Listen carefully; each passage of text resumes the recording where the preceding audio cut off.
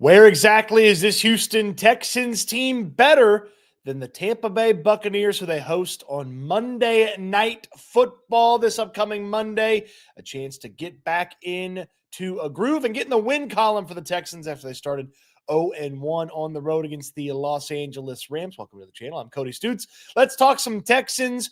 We'll do the check mark exercise, go through the different positions, including the special teams and the coaching staff, see where the Texans have the advantage over the Tampa Bay Buccaneers. We'll put together a sleeper entry. Sleeper, our sponsor for football season. Appreciate them and Hog Media for being along all season long. Of course, we'll answer your questions, talk about your comments, your joys, and your concerns. If you're watching this live and you do not have plans this afternoon, come see me and Landry Locker at Spanky's on Bel Air in Sharpstown. 4 o'clock is when the SNL live show will get started. We hope to see you there. The caffeine this morning for Caffeine with Cody, a energy drink mix, blue raspberry Jolly Rancher. It's definitely blue raspberry Jolly Rancher. Coo! Okay, that's a spicy one. Okay, but that's a good one too. All right, so we'll get to the check mark game here in just a minute, but I do feel like a vibe check is necessary on this Houston Texans team. Just kind of where are they based on a couple of podium interactions and just the mood around the building. Now, they've only had one practice so far this week. Everything's moved back a day. Usually Friday would be the third practice of the week. Today it is the second practice of the week. They'll have another one tomorrow, but just kind of where is the vibe here for the Texans? And DeMeco Ryans a couple of days ago, it was, hey, no big deal. We lose. It happens. The building is not on fire is a phrase that he's used a couple of times this week. And we were speculating on SNL, why is DeMeco so happy? Why is DeMeco feeling good? Well, he's got an excellent defense, and this defense is going to travel well, as evidenced by the road game last week, and this defense is going to maul people at home, hopefully evidenced by Monday Night Football coming up. But then yesterday, DeMeco Ryans was laser focused in. He was almost tired of talking about some of the stuff that had been going down. You know, DeMeco Ryans, the old, I'm tired of talking about it. He was just kind of tired of talking about, oh, is the team together? Or the team ready? Team this, team that. DeMeco Ryans was tired of talking about it, it felt like. Didn't think there was any pressure on C.J. Stroud. Kind of thought the offensive line played well. That was wild to hear. Just a lot of different things that made me feel like, okay, DeMeco Ryans is, you know, he's kind of dialed back in. LA's in the past. He's ready for Tampa. All the hubbub, losing that first game, offense not performing. DeMeco Ryans. Quite frankly, I'm tired of talking about it.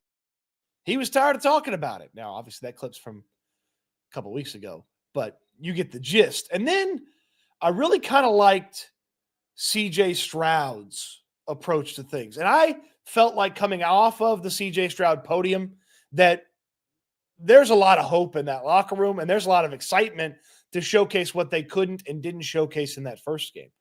And just the way that Stroud talked about how he knows what he needs to fix. A couple of other players on offense know what they need to fix. They know as a team they need to help out the offensive coordinator, Nick Caley. I just really liked the mood and mentality, and they're not letting one loss sit with them. It felt like sometimes some of these losses can sit with the Texans a little bit. You think about some of these, like, hey, come off a loss, maybe the next game, the performance not so great, some of those things that have happened in the past year or so. This one feels like it's been flushed. It's been wiped away. C.J. Stroud was, pretty adamant. What are we going to do?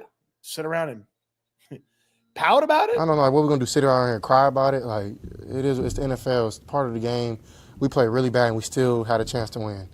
Like, that shows, I think, to our team how talented we are and how good we can be. And it's 1 week, and I'm not the person to just give a whole bunch of grace and no truth, and a whole bunch of truth and no grace. I'm a little bit of both. So, yeah, I don't really know what to say. I think for me, I've been in this team myself. I've been in this position a bunch where everybody thinks you suck and whatever they want to think. Cool, y'all go ahead and do that. We're gonna continue to grind.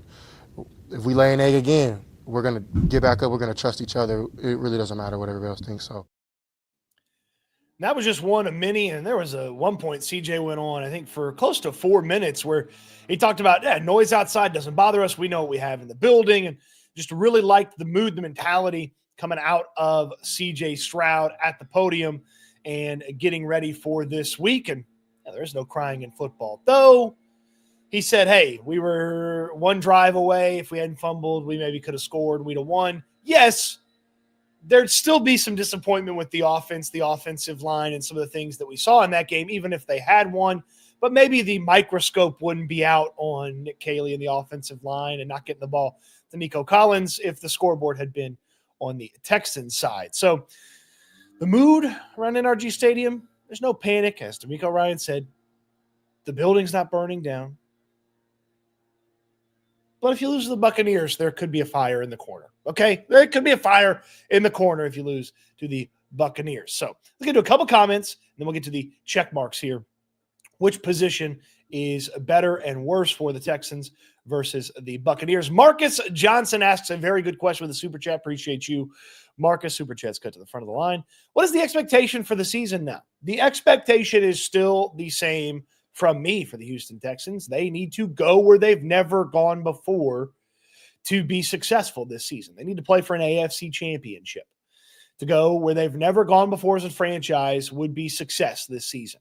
That means they probably need to win the division. They probably have to find themselves in a different pecking order in the AFC seedings, which is why that Rams game was a little bit more important than just, it's week one, you lost. Like, you needed that game for the seeding when you think about Baltimore, Buffalo, Kansas City, other potential division winners, how good they're going to be. 13 wins, 14 wins. You kind of needed the Rams in the win column to get out of that 4 seed, make sure things come through NRG Stadium in the playoffs. But the expectations are still win this division as heartily as you can, and put some gaps between you and the rest of the AFC South, go into the playoffs and win a game. And then hopefully, if you can get things going through NRG Stadium, win another one. And if not, go on the road and go win a football game as well. So that's still the expectation. They haven't changed. One game shouldn't change your expectations of CJ Stroud, Nick Caley, the offense, the defense, the special teams, D'Amico Ryans, Matt Burke, the defensive coordinator, Ariante Ursary, the rookie, Jaden Higgins, the rookie, CJ Gardner-Johnson, the veteran. One game should never change your expectations. You put together a group of games, maybe you want to change your expectations. But right now, it's all the same for me. Go play for an AFC championship. Appreciate the super chat, Marcus. Of course, if you have super chat, you jump to the front of the line. Dime is in here. Caffeine with Cody time. YouTube is bringing him down. Hopefully, we can bring you back up here, Dime. Ooh, that Jolly Rancher Blue is. It tastes like there's 7 scoops of sugar in that thing, but it's a 0 sugar. So I don't know how they do that. John wants him to feed Nico point blank. I'm with you, John. What an incredible avatar. Scott Stapp at the Cowboys game. Samson, good to see you. Sear Film, good to see you. Appreciate you starting the morning with me. Ashton, good to see you. Morning with Cody and others. The Caffeine with Cody. Duke wants Ariante Ursary left tackle the whole game. I'm with you, Duke. I'm with you. Good to see you. Sean, Rich Boy, Kyle, thank you. Jackal, appreciate you. We'll get to some rest of these comments, these questions, these joys, concerns after we get through some of the check marks. This is one of my favorite exercises to go through. We'll go through the position groups between the Buccaneers and the Houston Texans, and we will decide where the Texans have the advantage, and we will decide where the Tampa Bay Buccaneers have the advantage. We'll talk a little bit about why that advantage is headed to the Texans and so on and so forth. Let's start over on the offensive side of the ball. Right away, I'm going to check mark on special teams for the Houston Texans. The Buccaneers, Chase McLaughlin, he missed a kick last week, a 44-yarder wide left. So McLaughlin, special teams, kicker not as good as you think he is. The Texans' coverage on punt last week was really good. Kickoff, there was a little hiccup with the kickoff there with Dameon Pierce letting things slide into the end zone and putting the Texans back a little bit to start one drive. But ultimately, I'm going special teams advantage for the Houston Texans in this one. offensive line advantage. Now, this one is a check mark for the Buccaneers, and it was almost 2 check marks, but it's not going to be 2 check marks. One, I don't believe Tristan Wirfs is going to play in this one. I know Wirfs came back to practice for the Buccaneers, but he's on a similar return to play schedule as Chris Godwin, and I'd be shocked if they put Wirfs back in there at left tackle, dealing with the injury that he's dealing with. So don't believe their star left tackle, Tristan Wirfs, is going to play. And then Luke Gedeke, their right tackle, has a foot injury, didn't practice yesterday. So the Buccaneers could be without their starting tackles. They could be playing a guard at left tackle in Graham Barton, which, of course, affects their interior. So backup tackles versus the Texans' defensive line, that would not be good for the Buccaneers, but the chance that it is backup tackles and really the chance that Wirfs is not going to play ultimately gets that just 1 check mark in favor of the Buccaneers in this one, and obviously not in favor of the Houston Texans. Let's go to running back. Bucky Irving is quite good. I know they didn't run the ball well last week, but Bucky Irving is better than the Texans running backs. Rashad White's a nice backup. They use Sean Tucker a little bit as a depth piece. It's just 1 check mark over there for the Buccaneers at running back. But Nick Chubb looked pretty good last week. If I had a little bit more from the other running backs, I maybe could go check mark, or just no check marks here. But I'm going to give the Buccaneers the advantage at running back. Wide receiver / tight end. Well, they got 2 dudes. The Texans only got 1 dude. We're going to go Mike Evans and the rookie. Man, how good was Emeka Egbuka last week? Emeka Egbuka, the rookie out of Ohio State, a target and a fan. Many of us were in draft season for the Houston Texans. Well, he never made it to the Houston Texans because the Tampa Bay Buccaneers snatched him up. And so those 2 guys and the inability to consistently get Nico Collins the ball, it leads to a check mark over on the side for the Tampa Bay Buccaneers on this one. Obviously, Mike Evans is still very good at what he does. Egbuka looked good. Collins is good. We know Nico Collins is better than any of the Buccaneers wide receivers. Like, the top end of Nico Collins right now is better than the top end of Mike Evans, but you didn't get Nico Collins the ball last week. There's not anybody that stepped up to be that that number 2. There's no Schultz and Stover because Stover's hurt, even though the Buccaneers tight end situation's not great right now. We're going to go check mark to the Buccaneers. That leaves just quarterback here in this matchup. I'm going to go with a check mark for the Tampa Bay Buccaneers. Baker Mayfield has just played better football in the past year plus than CJ Stroud. If this was 2023 CJ Stroud, we might go check each side. But right now, Baker Mayfield is a better quarterback than CJ Stroud. He's seeing the ball better, or seeing the field better. He's getting rid of the ball. He's moving around, extending plays. Baker's better than CJ Stroud right now. So the Buccaneers get the check mark over there on that one. If the Texans maybe march that thing down and win, maybe I would have snuck a check mark over here for CJ Stroud. 2023 really doesn't apply at all. Like, if we thought about 2023 CJ Stroud in that game, yeah, we might go 2 checks over on Stroud's side, but that game has no bearing on 2025. It's nice to go down memory lane and think about it, but that has no bearing. So the Buccaneers, a offensive 4-1. That's a really good 4, drawing that with a mouse, by the way.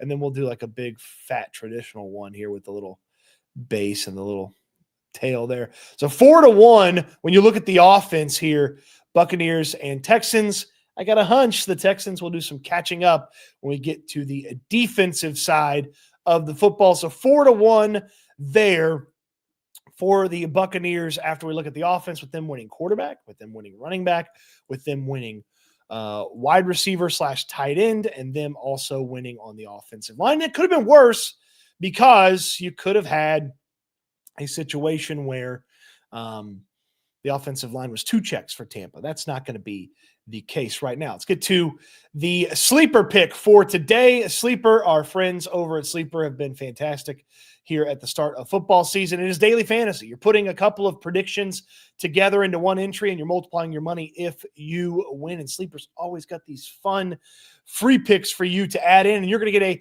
deposit bonus up to $100 when you use my code Stoots when you sign up for the first time. STOOTS. There's a link in the description down below. Deposit 100, get 100 extra to play with. Deposit 50, get a 50 extra to play with. Just use that code Stoots when you get signed up at Sleeper.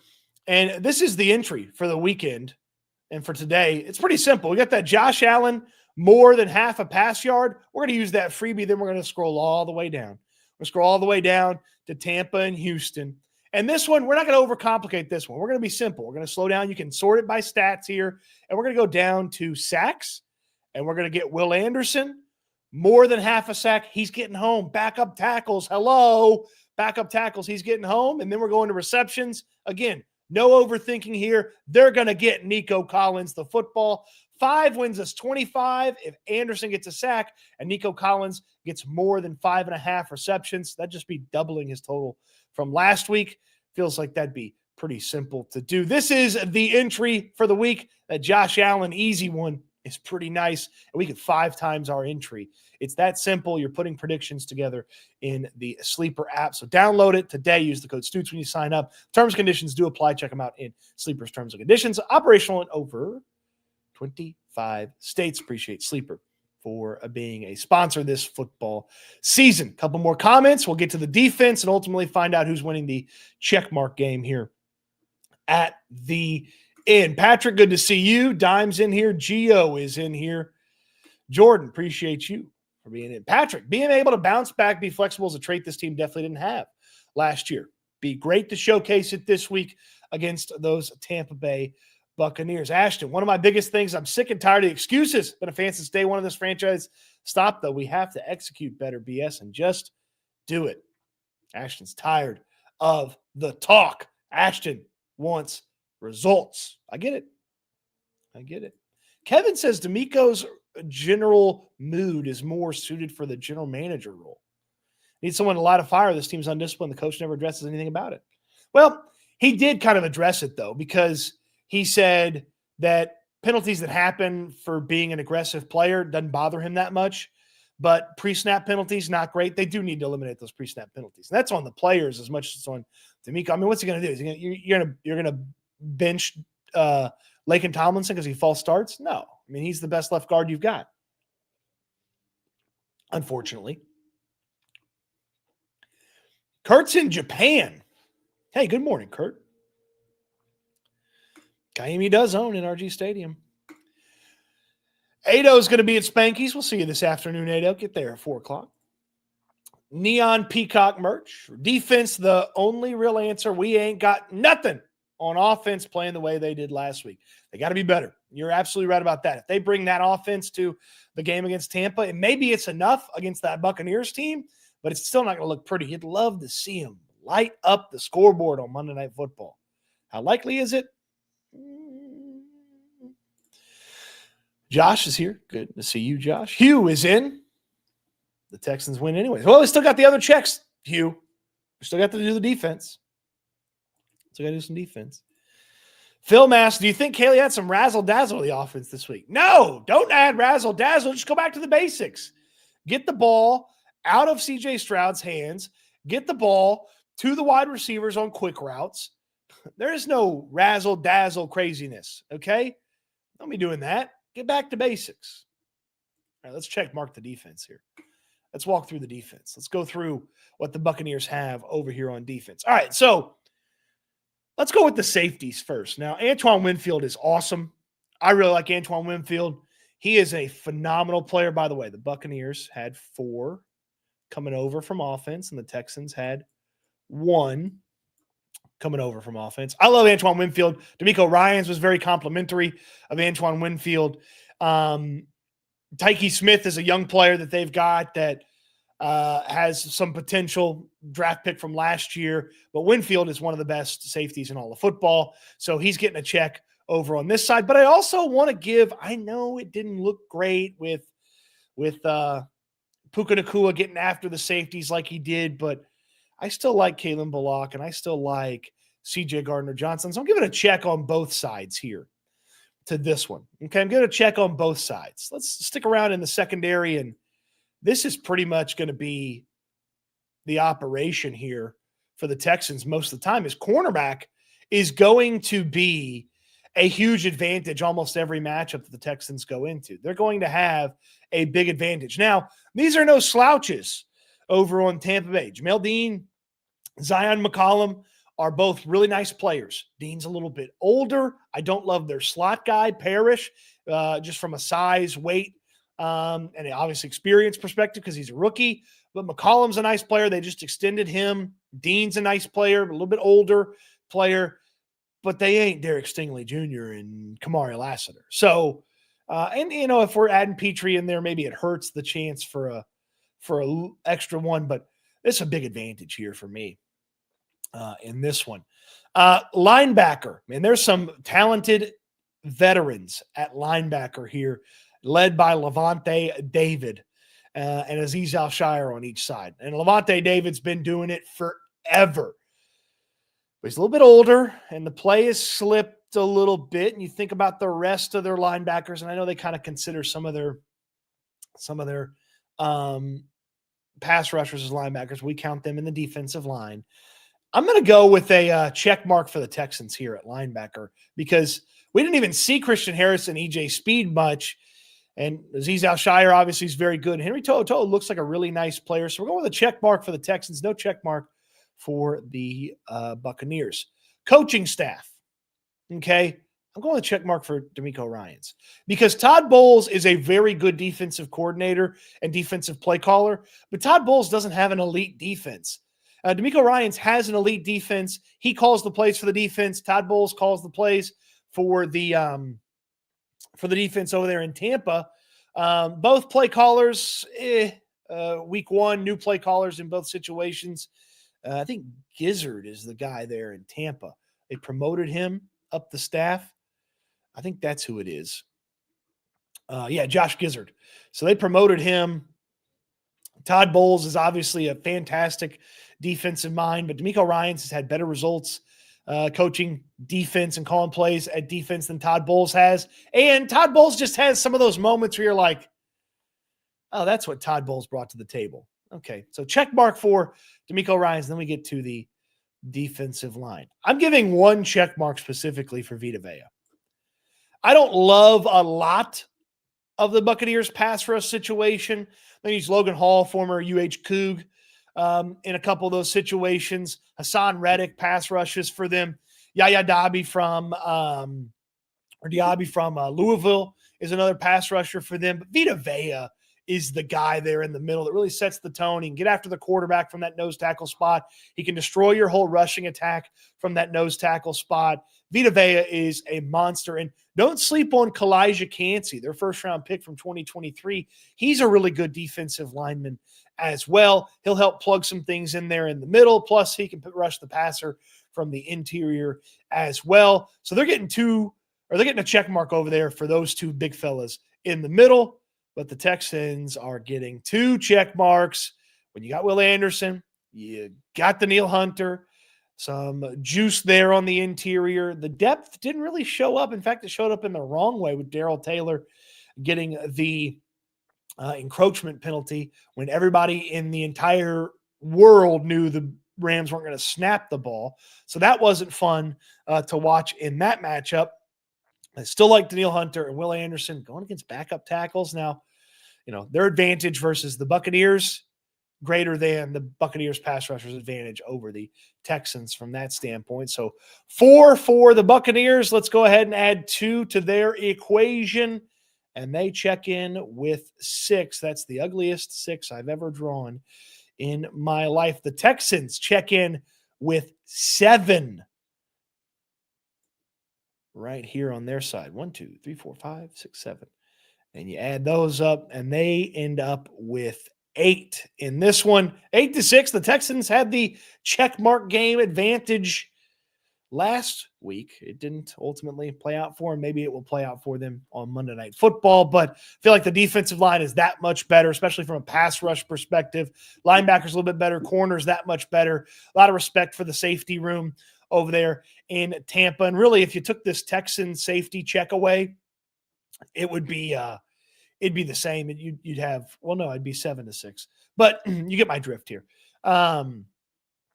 And D'Amico Ryan's better over on offense. Everything on offense better for the Buccaneers, except for the special teams element. So I like the Texans' chances in this one. The checkmark game not as advantageous for the Texans as it was last week, but maybe that's good. Maybe that's good. Get them a little bit more down to earth. What'd you make of the checkmark game? Let me know in the comment section your questions, your joys, and your concerns. A couple more things from yesterday at the podium as well that I'd like to get to. Wags with a super chat. Morning, will our DBs hold up against their wide receivers? I do feel like they will. They do not have a super impressive crew behind Mike Evans and Emeka Egbuka. Like Sterling Shepard and Ryan Miller and Cameron Johnson and Tez Johnson. Like nothing super impressive in that wide receiver room. Oh, man, that Jolly Rancher energy drink is something. So I like the Texans' chances to not only shut down the Buccaneers, but drastically affect the game with how they can play things. And if you're not as worried about the guys that are outside of those two really good ones, maybe you can put a little bit more attention on Mike Evans. Maybe you can put a little bit more attention on Emeka Egbuka out of the slot. So I feel pretty good about the matchup there. Neon says, Packers offense looked great last night with pre-snap motion and creativity. Wasn't fancy. Kaylee should take notes. Yeah, there could be a little bit more motion and juice to that thing. They've also got to get to the line of scrimmage and get the damn thing organized so that CJ Stroud has time for the motions and the pre-snap and all that kind of stuff. Patrick, so as long as they clean up the pre-snap penalties, the motion should open up the offense. Yeah, it might be very simple. That's one of those elements that I talked about yesterday on the show, where it's a 4-step process. One of it's get Nico the ball. The other one was hurry up. Hurry up. Okay. Hurry up to the line of scrimmage. Let CJ Stroud survey things, make changes, get guys in motion. Be nice. Luis says, this looks very similar to last week's comparison. Not looking good for the week, boys. I'm not the jinx. It's not my fault. I'm not the jinx. I just call it like I see it on the check marks. Yeah, trenches and turnover are going to be huge on this one. The Buccaneers should be able to bring some heat a couple of times, but if you're blitzing to get to C.J. Stroud, then you're going to have some opportunity for C.J. Stroud to get rid of this thing and get it out and go out there and make some plays, you would hope. It's those 4-man or 5-man rushes, but when you have to bring extra pressure, there should be something for Stroud to get rid of the ball, and then you can't turn the ball over against this Buccaneers team. You can't give them opportunities, especially if you feel like your defense has a good chance to slow their offense. Ashton says, I do want to see our guys having some fun. Having fun helps winning. We'll see the defense and offense have some fun. It'd be nice. SSG, good to see you. Mr. Bo, good to see you. Who'll be the nickel corner, Smith or Petrie? I mean, they're going to run Petrie back out there at nickel. They're not quitting on Jalen Petrie. They're not going to get rid of Jalen Petrie starting nickel cornerback because of one bad game. Morale feels low. Building may not be burning down, but definitely smells of smoke. I don't agree.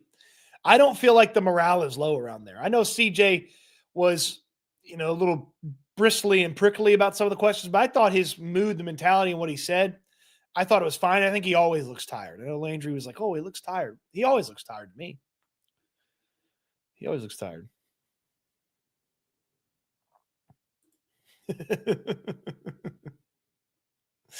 Alpha Aaron. I think I have the. Hey, bro. Alpha Aaron here. I do have the Alpha Aaron drop in here somewhere. Oh, that's funny. How many points do you realistically think we can put up? They can go in the 30s. They can go in the Buccaneers are not a defense that just keeps you out of the end zone and shuts you down. If the Texans aren't scoring points, The Buccaneers will have a hand in it, obviously, but the Texans will be shooting themselves in the foot and keeping themselves off the scoreboard. Not because the Buccaneers are some amazing, incredible defense that keeps them off the scoreboard. Last year, the 3 best teams in the league lost 2 of their first 4 or 5 games. Yeah, the Ravens had a really slow start last year. Really slow start. Remember when the Texans had a slow start in 2023? They lost to the Ravens on the road and then came home, and the Colts with Gardner Minshew coming in the middle of the game beat them. Like, that wasn't good, but they bounced back from that. One loss does not define your season. It was disappointing because it felt familiar, but one loss does not define your season.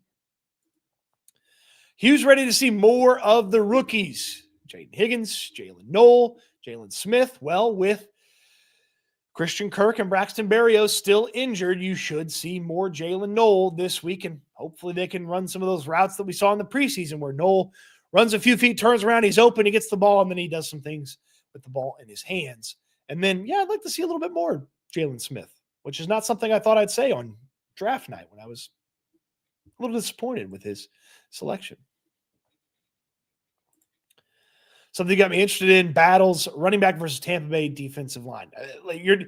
Nick Chubb's not running over Vita Vea this week.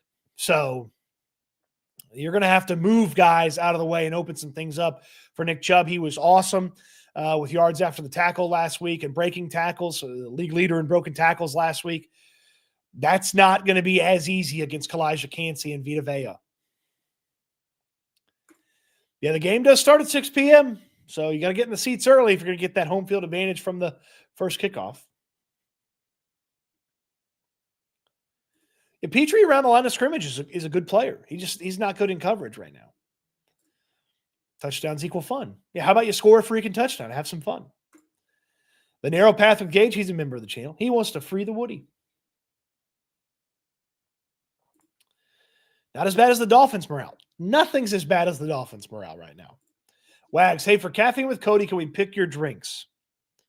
We might do a poll every now and then over on the community page. We might do a little poll or post and let the folks weigh in. Man, is the energy part that it just like, it's that sour blue raspberry flavor? Who scores the first TD, Stoots? Nico Collins. That would be what I would wager on. It'd be Nico Collins. You can actually predict that on Sleeper, by the way. Use the code Stoots, STOOTS, when you sign up. Get a deposit match up to $100. Kevin says, TGIF, it's a Spanky's Friday. Hopefully we'll see you there, Kevin. We may take over this place. I know McLean's bringing some folks. I got some friends coming. I've heard from a lot of the folks here in the chat that they're showing up. It's going to be a fun time out at Spanky's today. If you can make it, we'd love to see you there. 4 o'clock's when the show is. We'll be there a little early. We'll be there after the fact. So you don't want to miss it. McDapple. Someone needs to put a fire under CJ's ass. Always seems lackadaisical and ho-hum.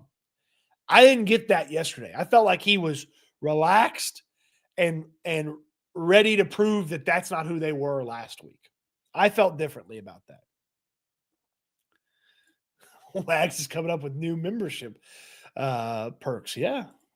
He says no apple cider vinegar. Ian says, I was a Nico Collins TD away from turning 10 into 350. I was crushed in so many ways on Sunday. I'm sorry. Maybe they'll target Nico Collins on 3rd down and get in the red zone and then target him in the red zone in this one. But yeah, that's rough to have that one go by the wayside. A couple more comments, questions, and we'll get going here on a Friday. It's not how you start, it's how you finish, she said. I hope to just see Noel. Hope to just see him out there making some plays, making some catches. It was MIA last week. You're going to see some 11 stuff. 11. See that Nick Caley peek behind the scenes? When he wants the 11 personnel out there, he's like, 11.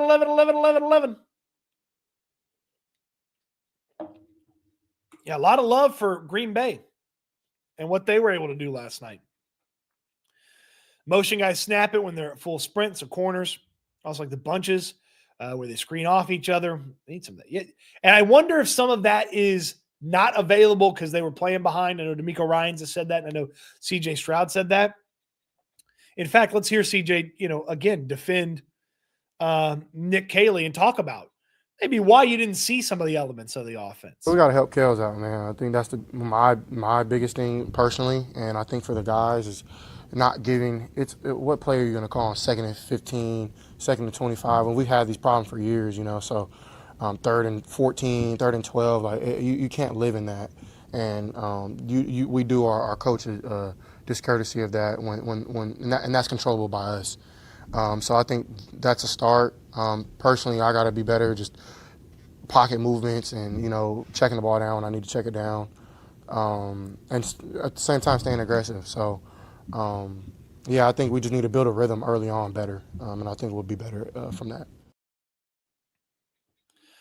I wonder if some of the stuff Nick Caley wanted to do was not available to him because they were playing a little bit from behind so much. So maybe we'll see more of that on Monday Night Football. Isaiah Tunsil still doing his false starts. You knew that was going to keep going. Luis wants to know of a Texans watch bar in Dallas to watch the game. Chat, help Luis out. I do not know off the top of my head, Luis. Danny wants to know, should I start Baker versus Houston or Drake May versus Miami this week in fantasy? Drake May, right? The thought process for me, though, is potentially Baker is throwing a lot to try to get back in the game if the Texans are able to put points on the board and get a lead. So that'd be my thought process is like, well, they might throw a lot. But I mean, Miami was so god awful last week, but it's not like the Patriots were awesome either. Danny, you're in a tough spot here. Eileen May. Maybe I'd try to see if I had a 1 week fix, like a Daniel Jones or something. Wide receiver route participation was questionable. Kind of surprised to see Hutch and Watson so much. Yeah, the wide receiver shuffle was not awesome. Wags, love your show, brother. Try to watch all of them. Thank you for being you, brother, even if you're Central Texas. If you're ever in Central Texas, drinks on me. Wags, I appreciate you, man. Thank you for the kind words, and thank you for the super chat. And you're in SNL. It feels like every day, and you're in all these videos. And I'm sure you make it over to the locker room, and we appreciate you, and appreciate everybody who says nice things about the show, tells people about the show, and the super chats are very helpful, and we're grateful for those. And thank you so much, Wags. Ado, he weighs in with the super chat. Appreciate you, Ado. Thank you. And I think you said you're coming to Spanky, so be nice to see you this afternoon. Thank you. Yeah. I mean, we're having fun. I mean, the season just got started. They put some wins on the board. We're really going to be having some fun here around this joint. Jim Hughes says, he wears the beanie so much, I'm starting to suspect the man has the same issue I have. Bald is beautiful. I don't think so. I think CJ's got a lot of hair. I think he's just... It feels very California to have the beanie. It feels very California to have the beanie. All right. That's going to do it for the show today. Got the checkmark game in the books. And that'll do it for the show. Spanky's today. 4 o'clock's when the show starts. We'll be there a little bit early. We'll be there after. Even if you can't make it for the show, watch it and then come out after. Certainly appreciate everybody for tuning in this morning. Caffeine with Cody. It was the Blue Raspberry Jolly Rancher Energy Pack. I think I need to put more water in it and dilute that. But fun show this morning. The Friday morning check marks. See if Buccaneers fans get in the comment section after the fact and argue or disagree. The Rams fans were very mad about the check marks last week. And then turned out game time, they rightfully so were very mad. But lots of fun stuff coming your way here on the channel before the game. And let's see, will you rotate the Spankies? Yeah, I would think we're going to be at one of the other Spankies here pretty soon. But yeah, we're going to have we're going to be moving around for sure. We're moving around for sure. So it'll be good. It'll be good. Appreciate everybody. Super chats, comments, likes, shares, memberships. You're all fantastic. Thank you so much. I see Patrick's in here, so I got to make sure the outro video is correct. We end the live stream the same way each and every time. This is my hope for you. This is my charge for you as well. I want you to eat good. I want you to sleep good. I want you to be good. We'll talk Texans again soon. Thanks for watching, everybody. Hip-hoppity, dip-doppity-doo.